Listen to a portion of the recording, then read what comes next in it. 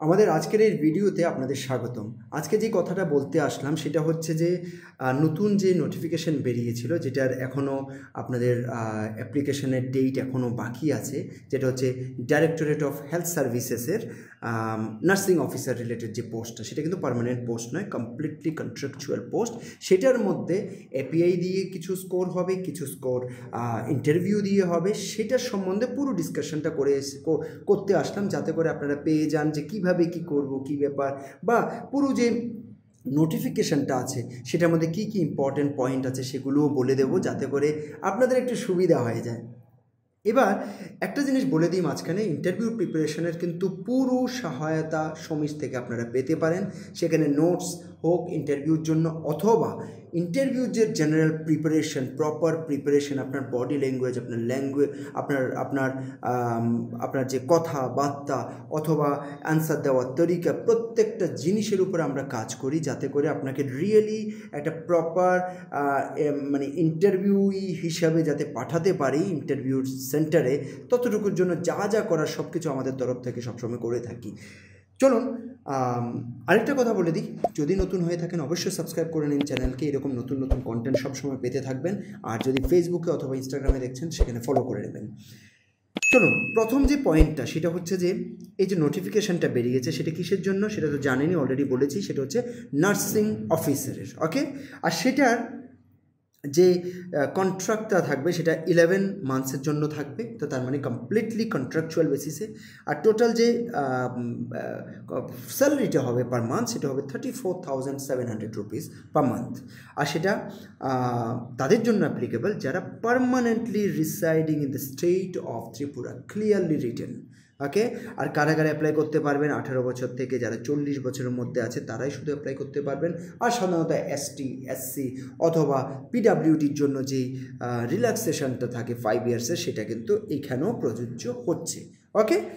এবার চলে যাই vacancy, how many vacancies are there. So let us see that. So it would be 100 actually for SC, 17, ST জন্য 31 and UR এর জন্য 52 numbers of vacancies would be there.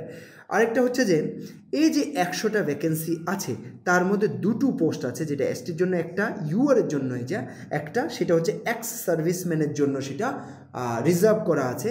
R 35 post থাকবে, যেটা reserve থাকছে হচ্ছে উইমেনের জন্য।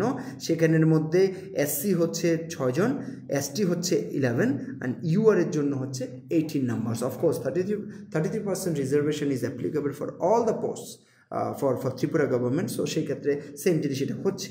আরেকটা জিনিস হচ্ছে 4টা পোস্ট থাকছে, সেটা পিডাব্লিউডির জন্য থাকছে, ওকে। এবার কোয়ালিফিকেশন কী দরকার? কোয়ালিফিকেশনে তোমাদের চলে আসছে diploma in general nursing and midwifery, যেটাকে আমরা কি বলে থাকি? জিএনএম বলে থাকি। আমরা জেনারেলি জিএনএম নামেই জানি। জিএনএম যদি থাকে তবে তুমি অ্যাপ্লাই করতে পারছো। বিএসসি নার্সিং থাকলেও অ্যাপ্লাই করতে পারছো। পোস্ট বেসিক থাকলে, পোস্ট বেসিক বিএসসি নার্সিং যাকে বলা হয়, সেটা থাকলেও তুমি অ্যাপ্লাই করতে পারছো, ওকে। আর রেজিস্ট্রেশন থাকতে হবে ত্রিপুরার যে নার্সিং কাউন্সিল আছে সেখানে রেজিস্ট্রেশন থাকতে হবে, ওকে। আর আরেকটা কি ইম্পর্টেন্ট জিনিস সেটা হচ্ছে আজকাল গভর্নমেন্টের যতই পজিশন আছে সবগুলোতেই কিন্তু একটা জিনিস চায় যে বেঙ্গলি অথবা ককবরক যে কোনো একটাতে যাতে নলেজ থাকে, সেই জিনিসটা কিন্তু সমস্ত পোস্টের মধ্যে সেই জিনিসটা চাইছে, ওকে। এবার চলে যাই আমরা যে কীভাবে সিলেকশান হবে। টোটাল মার্কস কত হবে? 100 মার্কসের এক্সাম হবে। এক্সাম নয়, আই শুড সে 100 মার্কসের উপরে সিলেকশান হবে। তো প্রথম যদি 50% দেখি, সেটা কমপ্লিটলি এপিআই বেসড হবে, ওকে। এই যে এপিআই বেসড সিলেকশান হচ্ছে, তো এপিআইটা কীভাবে ডিসাইড করা হবে বা কী ব্যাপার সেটা নিয়েও আমরা কথা বলবো। এখানে ক্লিয়ারলি দেওয়া আছে, সেটা সম্বন্ধে আমরা কথা বলবো। আর যে 50% আছে সেটা কিন্তু ইন্টারভিউতে অথবা ভাইভা বস সেখানে চলে যাচ্ছে, okay. Viva or interview, whatever we call it, সেখানে আমাদের আরও 50% থেকে যাচ্ছে, ওকে। তাহলে 50% এখানে, 50% এখানে। আরেকটা ব্যাপার হচ্ছে এপিআই স্কোরের পরে 1:3 রেশিওতে ওনারা সিলেক্ট করবেন। তার মানে যদি 100টা ভ্যাকেন্সি থাকে কতজন সিলেকশন হবে? 300 জন সিলেকশন হবে। তো ওনাদের থেকে পরে ইন্টারভিউ হয়ে বাকিটা সিলেকশন করা হবে, ওকে। তো সোজা কথা হচ্ছে ওনারা ক্লিয়ারলি বলে দিয়েছেন 1:3 মানে 3 ক্যান্ডিডেটস ফর 1 ভ্যাকেন্সি। ওকে, সেটা কী জন্য রাখা হবে? ভাইবা অথবা ইন্টারভিউর জন্য। এবার এপিআই স্কোরের যে ক্যালকুলেশনটা হবে সেখানে মাধ্যমিকের মার্কসও লাগছে, এইচএসের মার্কসও লাগছে, সঙ্গে জিএনএমের মার্কসও লাগছে। জিএনএম বলি, বিএসসি বলি অথবা পোস্ট বেসিক বিএসসি বলি, সব কিছুর কিন্তু মার্কস অ্যাড হচ্ছে। একটা জিনিস এখানে খুব সুন্দরভাবে একদম ক্লিয়ারলি বলে দিয়েছেন, সেটা কি? Last acquired qualification will come into zone of consideration. তার মানে আপনার যদি লাস্ট পোস্ট বেসিক বিএসসি হয়ে থাকে তাহলে পোস্ট বেসিক বিএসসিটাই কিন্তু সেখানে কনসিডার করা হবে। বুঝতে পেরেছেন? তার মানে সেই হিসাবেই কিন্তু মার্ক ক্যালকুলেশন হবে। তাহলে আমি মাধ্যমিকের হিসাবে যদি বলি, if someone has got 70% and above, তো আপনাকেই ক্যালকুলেশন করে নিশ্চয়ই ওনারা একটা শিট দিয়ে দেবেন যেখানে আপনাকে এটা ভরে দিতে হবে যে আপনি কত নাম্বার পেয়েছেন, সেই হিসাবে আপনি কত মার্কস পেতে যাচ্ছেন। বোঝাতে পেরেছি? তো আমি যদি মাধ্যমিকের হিসাবে বলি 70 অ্যান্ড অ্যাবাভ হলে কত মার্কস পাচ্ছেন? 10 মার্কস, তার মানে ফুল মার্কস পাচ্ছেন। কিন্তু যদি সেটা 60% to 70% হয় তখন কিন্তু মার্কসটা হয়ে যাচ্ছে 7 মার্কস, ডাইরেক্টলি 3 মার্ক কিন্তু কমে যাচ্ছে। একটা 50 to 60 হলে 4 মার্কস হয়ে যাচ্ছে, প্রচণ্ড কমে যাচ্ছে। তার মানে মাধ্যমিকের মার্কস কিন্তু প্রচণ্ড পরিমাণে সেখানে কাজে আসছে। এরপর চলে যাচ্ছি আমি 12-এর মার্কে। 12-এর মার্কসের ক্ষেত্রে সেম টু সেম ব্যাপার, exactly same. 70% and above 10 marks পেয়ে যাবেন, কিন্তু যেই 60 to 70 হয়ে যাচ্ছে তখন আপনি 7 মার্কস পাচ্ছেন, আর যেটা 50 to 60 হয়ে যাচ্ছে 4 মার্কস পাচ্ছেন। তার মানে আগে কি মার্কস পেয়েছিলেন সেটাও কিন্তু ডিপেন্ড করছে। তার মানে অ্যাসিস্ট্যান্ট প্রফেসর বাগারা যে নেওয়ার জন্য যে ধরনের এপিআই স্কোরের ক্যালকুলেশন হয়, সেম জিনিস কিন্তু আপনাদের ক্ষেত্রে হচ্ছে। ওকে, আরেকটা যেটা মানে জিএনএম অথবা বিএসসি অথবা পোস্ট বেসিক বিএসসি এগুলোর ক্ষেত্রেও সেম ফান্ডামেন্টাল করেছেন, কিন্তু এগুলোতে মার্কস রেখেছেন কত? 30। কেন? কারণ হচ্ছে ভাই জব ওরিয়েন্টেড জিনিস এটা, ওনার মেইন জব হচ্ছে এইটা, মেইন পড়াশোনাটা এইটা, তো সুতরাং সেখানে 30 মার্কস রেখেছেন। তো তার মানে কেউ যদি ওইদিকে মার্কস কম থাকে আর ওনারা জিএনএম অথবা বিএসসি নার্সিং অথবা পোস্ট বেসিকে ভালো মার্কস তুলতে পেরেছেন, ওনারা কিন্তু কভার করে নেবেন। ওকে, তো এটার মধ্যে যদি দেখি 70 অ্যান্ড অ্যাবাভ হলে আপনারা পাচ্ছেন হচ্ছে একদম ফুল মার্কস পাবেন, সেটা কত? 30। ওকে, আবার 60 to 70 হলে 21 মার্কস, আর 50 to 60 হলে 12 মার্কস। তার মানে আপনার যত মার্কস পেয়েছেন সেই হিসাবে কিন্তু সেখানে ভরে দিতে হবে জিনিসটা। সেই হিসেবে অলরেডি আপনি জানেন যে আপনি কত মার্কস পেয়েছেন, মানে এটা একটু ওপেন এক্সামের মতো, যে আপনার আগের থেকে জানেন যে আপনি 50-তে কত মার্কস পেয়েছেন।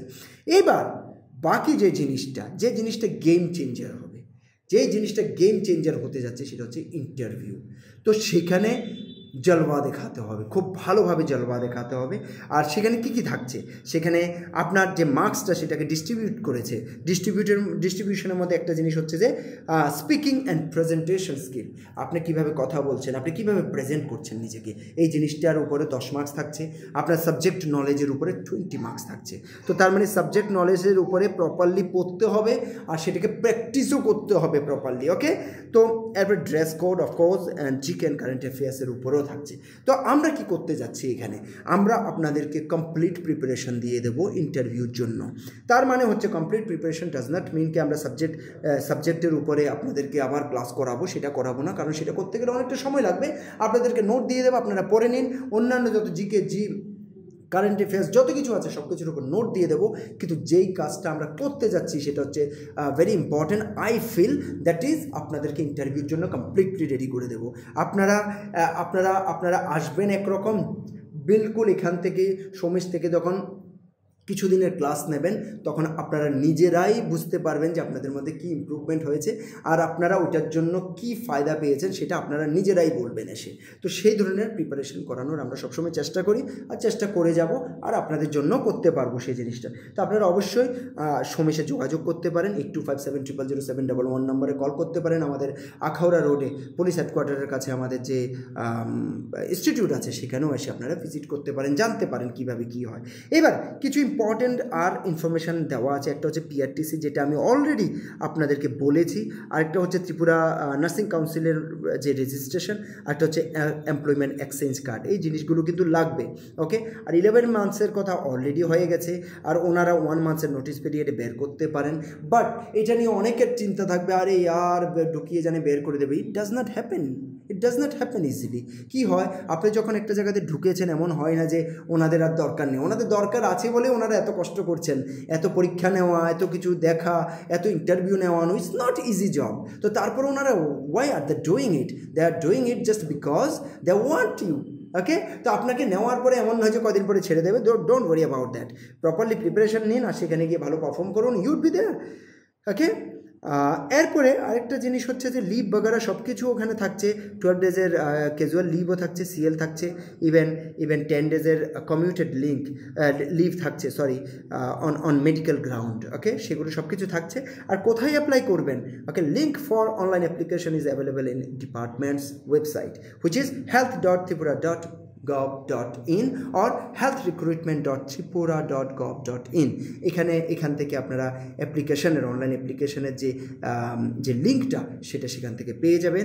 আর সেটা অ্যাকচুয়ালি অলরেডি আপনাদের চলছে, আশা করছি আপনারা অলরেডি করে নিয়েছেন। করে যদি না থাকেন প্লিজ কালকের ভেতরে অলরেডি, মানে sorry, I mean to say 20 তারিখের ভেতরেই শেষ করে দেওয়ার চেষ্টা করা উচিত।